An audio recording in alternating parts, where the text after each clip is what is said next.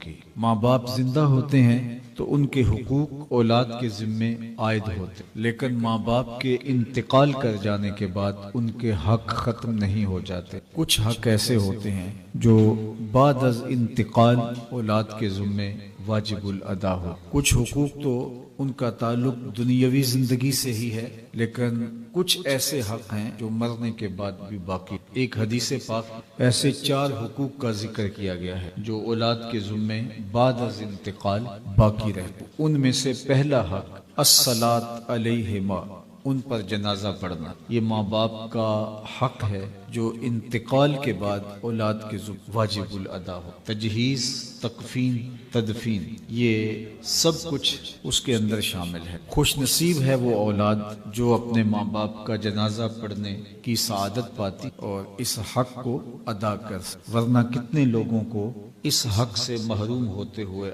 میں کتنے لوگوں کو جانتا ہوں جنہوں نے اپنے حقیقی باپ کا، حقیقی ماں کا جنازہ نہیں پڑھا۔ آپ کے خیال میں ہوگا کہ یہ وہ لوگ ہیں جو کسی مجبوری کی وجہ سے بیرون ملک ہوں گے اور آ نہیں سکتے۔ نہیں، میں ان کی بات نہیں کر رہا، میں ان کی بات کر رہا ہوں جو موجود تھے، قبرستان تک گئے بھی ہیں، لیکن اپنے باپ کا انہوں نے جنازہ نہیں پڑھا، کھڑے رہے، اپنی ماں کا جنازہ نہیں کھڑے رہے۔ آپ کو حیرت کا جھٹکا لگ رہا ہو کہ کوئی ایسا بد نصیب شخص جو اپنی ماں کا جنازہ نہ پڑھے اور قبرستان میں موجود ہو، اپنے باپ کا جنازہ نہ پڑھے اور قبرستان میں موجود ہو۔ جی صاحب، یہ وہ لوگ ہیں جنہیں جنازہ آتا نہیں ہوتا اور ساری زندگی لوگوں کے جنازوں میں رسمن جا کے کھڑے ہوتے ہیں، اور جب اپنے ماں باپ انتقال کر جاتے ہیں تو وہاں بھی رسم ادا کر رہے ہوتے ہیں، دکھلاوا کر رہے ہوتے ہیں۔ جنازہ نہ آنے کی وجہ سے ہاتھ باندھ کے کھڑے ہوتے ہیں، لیکن ایک حرف اور ایک لفظ بھی نہیں۔ اور کتنا بد نصیب ہے وہ بیٹا جو مرنے کے بعد بھی اپنی ماں سے دھوکہ کر رہا ہے، اپنے باپ سے فراڈ کر۔ یہ حق تھا اولاد کے ذمے جو عائد ہوتا تھا۔ خوش نصیب اولاد اپنے ماں باپ کا یہ حق اچھے طرح سے ادا کر پاتی ہے، لیکن بد نصیب اولاد اپنے ماں باپ کا یہ پہلا اور بنیادی حق بھی ادا نہیں کر پاتی۔ اس سے بڑی بد نصیبی اور دوسرا حق ماں باپ کا اولاد کے ذمے یہ ہے الدعاء علیہما، استغفار لہما، ان کے لیے استغفار کر، ان کے لیے بخشش کی دعائیں۔ جس طرح ماں باپ کی دعائیں اولاد کے حق میں قبول ہیں، اسی طرح اولاد کی دعائیں بھی ماں باپ کے حق میں قبول۔ جو اولاد خلوص کے ساتھ اپنے ماں باپ کے لیے ہاتھ اٹھا کے دعا مانگتی ہے، اللہ ان دعاؤں کو رد نہیں۔ وہ تو کریم ہے، بندوں کے اٹھے ہوئے ہاتھ خالی۔ ان ربکم حیی کریم یستحیی من عبدہ اذا رفع یدیہ الیہ ان یردہما صفرا۔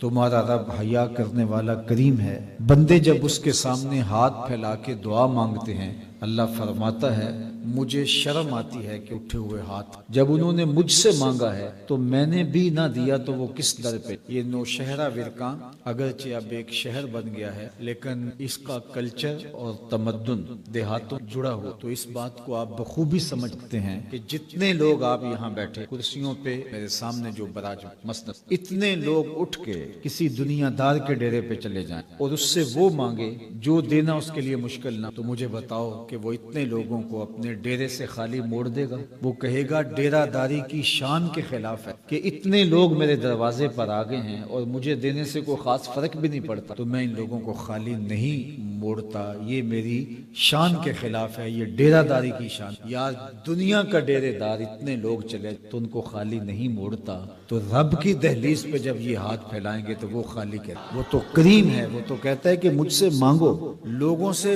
مانگیں تو انہیں غصہ آتا ہے، ناراض ہو، اللہ سے نہ مانگو تو ناراض ہو۔ اگر کوئی نہیں مانگتا، کہتا ہے میں نہیں مانگتا، نہ مانگے، ضرورت تمہاری ہے اس کی تو نہیں۔ قل ما یعبأ بکم ربی لولا دعاؤکم، اے محبوب فرما دو اگر تم نہیں پکارو گے تو وہ بھی پرواہ نہیں۔ ضرورت تمہاری ہے مانگنا، جھولی پھیلانا، اس کے حضور سجدہ ریزیاں کرنا، اور تم متکبر ہو گئے ہو، سرکش ہو، تو اس کو تو پہلے پرواہ نہیں، وہ تو غنی ہے۔ تم مانگتے رہو گے وہ جھولیاں بھرتا رہے، تم ہاتھ پھیلاؤ گے وہ خالی نہیں لٹائے، اس کی دہلیز پہ آؤ تو صحیح، اس کی چوکھٹ پہ ہاتھ پھیلاؤ تو صحیح۔ ہم تو مائل بکرم ہیں، کوئی سائل ہی راہ دکھلائیں کسے، راہ رو منزل ہی نہیں جلوائے طور تو موجود ہے کوئی موسیٰ ہی، کوئی سچی طلب کے ساتھ اس کی دہلیز پہ آئے وہ اٹھنے والے ہاتھوں کو خالی نہیں۔ وہ کہتا ہے مجھ سے طلب کرو، مجھ سے مانگو۔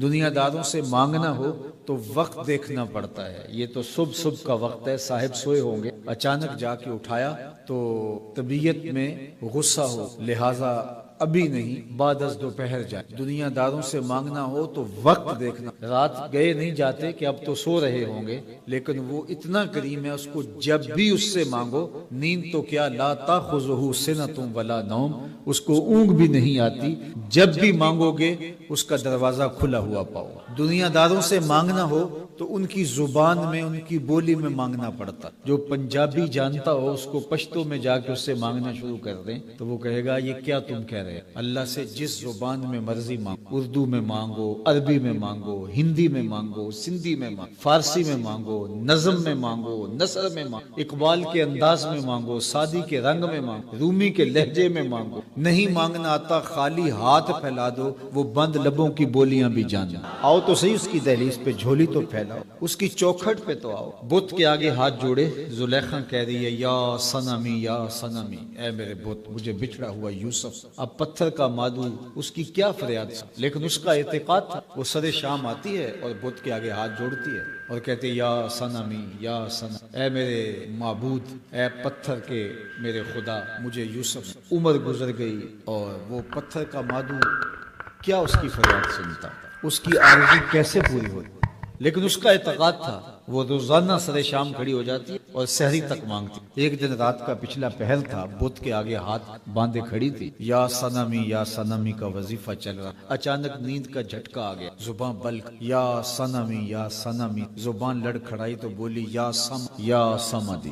آواز آئی جبریل جلدی جا، یوسف کے گھوڑے کا رخ موڑ دے، بچھڑی ہوئی کو یوسف ملا۔ مالک یہ تجھے تو نہیں پکار رہے، یہ تو بت کو پکار رہے۔ کہا جیسے بھی ہوا اس کے لبوں پہ میرا نام تو آیا ہے۔ اتنا عرصہ ہوا بت کو پکارتے ہوئے، اس نے فریاد نہیں سنی، آج اس کے لبوں پہ میرا نام تو آیا ہے، اگر میں نے بھی اس کی فریاد نہ سنی، میرے اور بت میں فرق کیا ہوا؟ کوئی آئے تو صحیح، جھولی پھیلائے تو حاضری دے تو۔ اور بالخصوص والدین کے لیے دعائیں مانگنا، اولاد کے لیے عزت کا سبب اور برکت کا ذریعہ۔ میں نے کتب تصوف میں پڑھا ہے، ایک حدیث پاک کی تائید مل گئی، جو شخص اپنے والدین کے روزانہ مغفرت کی دعا کرے، والدین زندہ ہوں تب بھی، والدین فوت ہو گئے ہوں تب بھی، اس میں ناغہ نہ کرے، روزانہ اپنے والدین کے لیے مغفرت کی سپیشل دعا کرے، ساری زندگی اس کے رزق میں بے برکتی نہیں ہے۔ تو ماں باپ کے لیے دعاؤں کا سلسلہ اپنی بہتری کی ضمانت۔ اور میں کہتا ہوں کہ اگر اولاد نمازی ہے، 5 گانا نماز کی عادت رکھتی ہے، تو اہتمام سے دعا نہ بھی مانگے تو دن میں کتنی مرتبہ کہے گی ربنا اغفر لی ولوالدی، اللہ مجھے بخش دے، میرے ماں باپ کی مغفرت فرما دے۔ تو خوش نصیب اولاد اپنے ماں باپ کی بخشش اور مغفرت کی مانگے۔ حضرت ابو ہریرہ رضی اللہ تعالیٰ عنہ کثرت سے ایک دعا مانگتے تھے، اللہم اغفر لابی